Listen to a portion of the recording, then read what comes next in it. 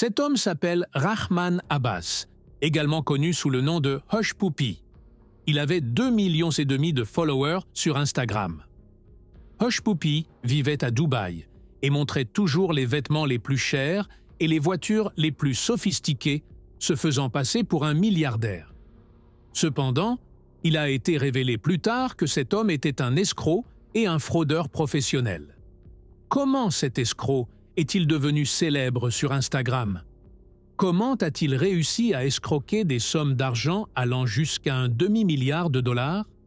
Et quelle est la photo qu'il a postée sur Instagram qui l'a conduit à sa perte? Il s'agit d'une histoire extrêmement fascinante que vous ne voudrez pas manquer. Ne manquez pas de la regarder jusqu'au bout. Aujourd'hui, nous nous penchons sur l'histoire d'un escroc notoire du nom de Rahman Abbas, qui s'est fait connaître sous le surnom de Hush Puppy. Avant de devenir célèbre, Rahman est né et a grandi dans l'un des quartiers les plus pauvres de Lagos, au Nigeria. Dans les années 2000, l'Internet a commencé à se répandre dans le monde entier et de nombreuses personnes, en particulier les jeunes Nigérians, se sont tournés vers l'Internet pour y trouver de nouvelles opportunités, car les perspectives de vie et d'emploi étaient limitées. Malheureusement, de jeunes Nigérians, dont Rahman, se sont tournés vers le monde de l'escroquerie et de la fraude. Des gangs et des communautés d'escrocs ont fini par se former, et, pour eux, c'est devenu un véritable travail avec des horaires réguliers. Ils se réunissaient et échangèrent leurs expériences, leurs idées et leurs stratégies, formant ainsi une société d'escrocs de l'Internet qui a prospéré et s'est développée au Nigeria. Chaque jour, ces gangs réalisaient des dizaines de milliers d'opérations et de tentatives frauduleuses. Rahman Abbas est l'un de ces jeunes qui s'est passionné pour ce monde et s'est impliqué très tôt dans des gangs d'escrocs numériques. La plupart des escroqueries qu'ils organisaient se produisaient par le biais du courrier électronique. Et ils utilisaient plus particulièrement Yahoo. En tant que maîtres de la tromperie, ils étaient connus sous le nom de Yahoo Boys, parce qu'ils réalisaient la plupart de leurs escroqueries par courrier électronique, en utilisant Yahoo Mail pour attirer des victimes sans méfiance. Leur principale cible était les Américains, dont ils obtenaient les adresses électroniques par le biais de diverses sources. Pour manipuler les émotions de leur proie, les escrocs employaient diverses tactiques, notamment en jouant sur leur cupidité et leur désir de richesse. Ils se faisaient passer pour des personnes fortunées, telles que des princes, des directeurs de banque ou des avocats, et prétendaient avoir besoin d'aide pour transférer de grosses sommes d'argent hors du Nigeria. Rêvant d'une richesse soudaine, la victime répondait avec empressement au courriel de l'escroc, lui demandant ce qu'elle devait faire pour réclamer sa fortune. L'escroc, habile dans son art, séduisait ensuite la victime, lui demandant finalement un petit virement de 500 ou 1000 dollars pour confirmer son compte bancaire avant que les millions puissent être transférés. Pour la victime, cette somme semblait dérisoire par rapport aux millions qu'elle allait bientôt recevoir et elle était prête à prendre le risque. L'attrait d'une richesse qui changerait la vie était trop fort, et l'escroc savait précisément comment jouer sur les émotions de sa proie. Les escrocs sont rusés et utilisent toute une série de tactiques pour manipuler les gens. L'une d'entre elles consiste à jouer sur les émotions. Ils peuvent utiliser de fausses identités et créer des relations aromatiques avec leurs victimes, les manipulant pour qu'elles transfèrent de l'argent. Une autre escroquerie joue sur la fierté nationaliste de la victime en prétendant être un courageux soldat américain coincé en Afrique et n'ayant pas les moyens de rentrer chez lui. Ces escroqueries sont toujours conçues pour jouer sur une émotion spécifique, comme la cupidité ou le patriotisme, afin de gagner la confiance de la victime. Les Yahoo Boys étaient connus pour leur formation à ces techniques de manipulation psychologique. Parmi eux, Rahman Abbas travaillait sans relâche, envoyant des centaines de courriels chaque jour pour escroquer les gens. Avec le temps, il est devenu un maître dans son domaine et, lorsqu'il s'est senti suffisamment sûr de lui pour se lancer en solo, il a abandonné son gang et a commencé à bâtir son empire criminel. Rahman Abbas s'est vite rendu compte qu'il pouvait gagner encore plus d'argent avec ses propres combines criminelles. Son ambition a dépassé son ancienne vie de petites escroqueries et il a commencé à poursuivre des projets plus grands et plus lucratifs. C'était un homme en mission, déterminé à réussir quoi qu'il en coûte. Ramin aspirait à de plus grandes choses.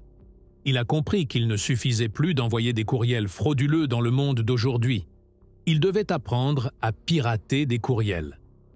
Avec détermination et persévérance, Ramin a entrepris d'apprendre tout ce qu'il pouvait sur le piratage et s'est rapidement retrouvé au sein d'une communauté de pirates.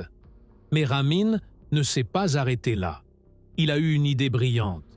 Pour combiner les mondes des escrocs et des pirates, il a recruté d'autres pirates pour rejoindre sa petite bande dans le but de pirater les courriels de personnes et d'entreprises importantes plutôt que de se contenter d'envoyer des courriels d'escroquerie. L'idée était de gagner de l'argent en ciblant des employés ou des directeurs d'entreprises qui avaient des clients. La première étape consistait à identifier une entreprise cible, comme un cabinet d'avocats ou une société de courtage immobilier. Ramin et son équipe recherchaient ensuite la personne responsable, par exemple le directeur financier ou l'un des comptables importants. Une fois leur cible trouvée, ils pirataient son adresse électronique professionnelle, qui était généralement l'adresse officielle du site web de l'entreprise. Après avoir obtenu l'accès à la messagerie, ils n'ont rien fait dans un premier temps. Ils se sont contentés d'observer les messages qui entraient et sortaient du compte. Cela leur a permis de découvrir la nature du travail et la manière dont les courriels officiels étaient formulés pour cette entreprise particulière. En comprenant le fonctionnement de l'entreprise, ils ont pu créer des escroqueries plus convaincantes. Par exemple, dans le cas d'un cabinet d'avocats, Ramin et sa bande ont découvert qu'une fois que l'entreprise avait terminé un travail pour un client, le directeur financier envoyait une facture au client avec le montant dû et les coordonnées du compte bancaire de l'entreprise. Ramin et sa bande de pirates informatiques copient simplement la facture et modifient les coordonnées bancaires, remplaçant le compte de l'entreprise par le leur. Ils envoyaient ensuite la même facture au client en s'excusant d'une erreur dans les coordonnées bancaires de la facture précédente et en indiquant le bon numéro de compte. Le client recevait l'email du responsable financier de l'adresse électronique officielle de l'entreprise que le gang avait piraté. Sans le savoir, le client transférait le paiement sur le compte de Ramin Abbas et de sa bande au lieu du compte de l'entreprise. Après avoir envoyé le message contenant la facture modifiée, le gang supprime entièrement cet email de la boîte de réception de l'entreprise pour effacer ses traces, de sorte que le directeur financier ne puisse pas découvrir ce qui s'est passé. Ils peuvent donc répéter le même processus avec la même entreprise et à partir du même courriel plus d'une fois, tant que le directeur financier ne s'aperçoit pas de la fraude en cours.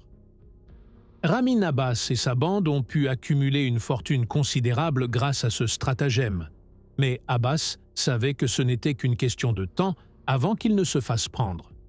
Malgré leur expertise en matière de piratage de courriels et de manipulation de factures, ils ont été confrontés à des obstacles constants en raison du manque de fiabilité des services Internet au Nigeria.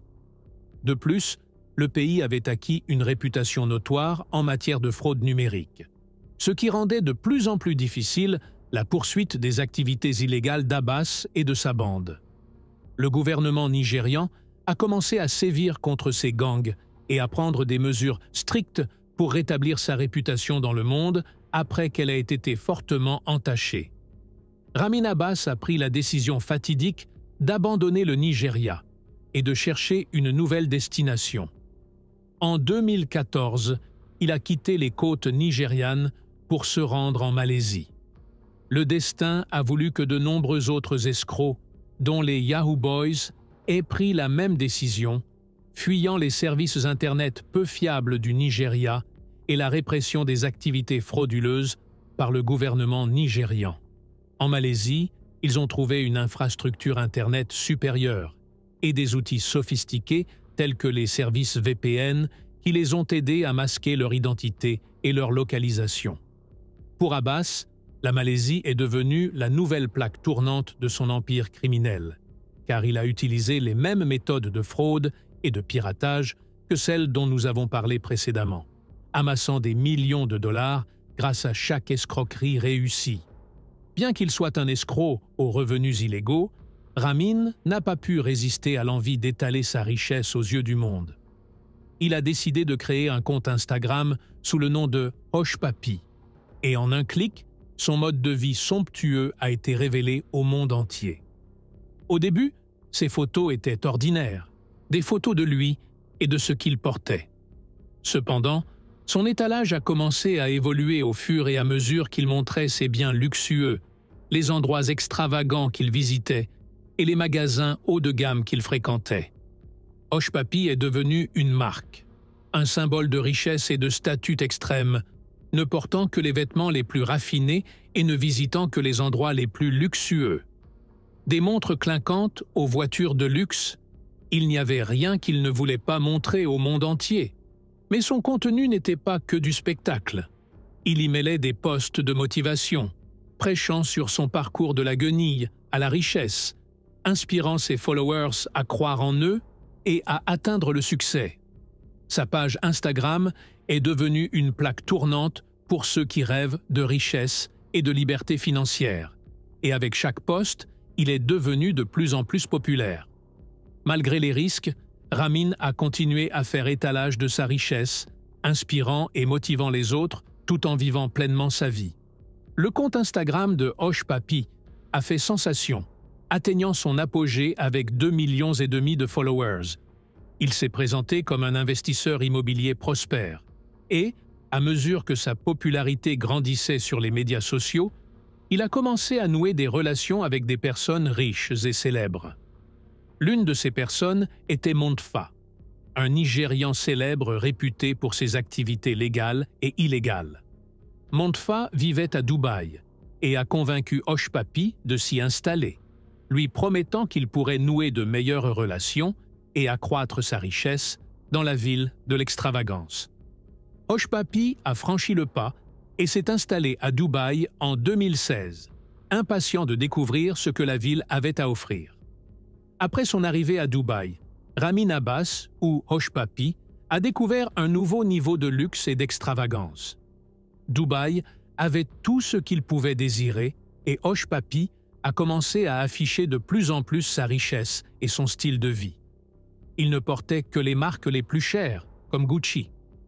Hosh Papi a également dépensé beaucoup d'argent pour une collection de montres de luxe et de voitures luxueuses comme Rolls-Royce, Bugatti et Lamborghini.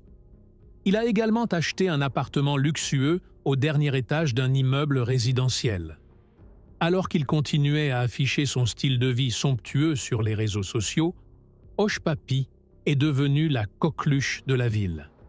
Les gens ne se lassaient pas de son style de vie glamour, et il a continué à nouer des relations avec des personnes encore plus riches et influentes. La vie d'Hosh Papi était un véritable tour de manège, et il la vivait pleinement. Mais derrière cette façade luxueuse se cachait un aspect plus sombre de sa vie. Cet homme était le cerveau d'un gang qui n'avait de cesse d'intriguer et d'arnaquer pour s'enrichir. Au fil du temps, leurs opérations sont devenues de plus en plus audacieuses. À un moment donné, ils ont même tenté d'escroquer un célèbre club de football anglais qui joue dans la Premier League anglaise.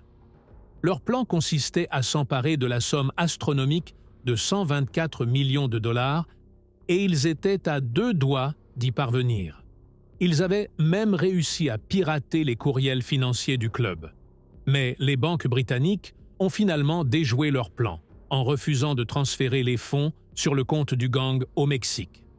Cette opération ratée n'a pas empêché le gang de réussir d'autres casses de grande envergure. En fait, ils ont réussi à voler 13 millions de dollars en une seule opération, visant une banque américaine. Avec ses gains mal acquis, cet homme a vécu une vie d'excès et d'indulgence. Sa fortune s'élevait à un demi-milliard de dollars.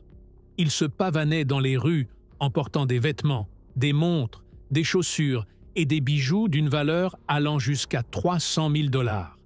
Il était si riche que même les marques rivalisaient pour attirer son attention. l'invitant à leurs fêtes exclusives et le couvrant de cadeaux en signe de reconnaissance pour ses achats extravagants. À Dubaï, le pays des ultra-riches, il dépensait probablement plus que n'importe qui d'autre. Prenons l'exemple de cette photo. Hush Puppy a pris cette photo et l'a postée sur Instagram. Il portait des vêtements de la marque Fendi et avait autour de lui des sacs de shopping, tous de la même marque onéreuse. Ces sacs à provision peuvent contenir des articles d'une valeur de plusieurs centaines de milliers de dollars. Il s'agissait d'une publicité gratuite pour l'entreprise. Cependant, le jour de son anniversaire, Fendi lui a envoyé un gâteau en cadeau. Et comme toute personne compétente en matière de médias sociaux, Hush Puppy a posté une photo de celui-ci sur son Instagram. Mais il était loin de se douter que cette action apparemment anodine avait attiré l'attention du FBI. Le gang Hush Puppy avait volé des centaines de millions de dollars à des entreprises américaines, et le FBI était sur ses traces. Chaque message posté par Hush Puppy permettait au FBI de suivre ses moindres faits et gestes. Et lorsqu'il a partagé la photo du gâteau, ils ont fait une percée. Ils connaissaient enfin sa date de naissance et son âge exact. Mais le FBI ne s'est pas arrêté là.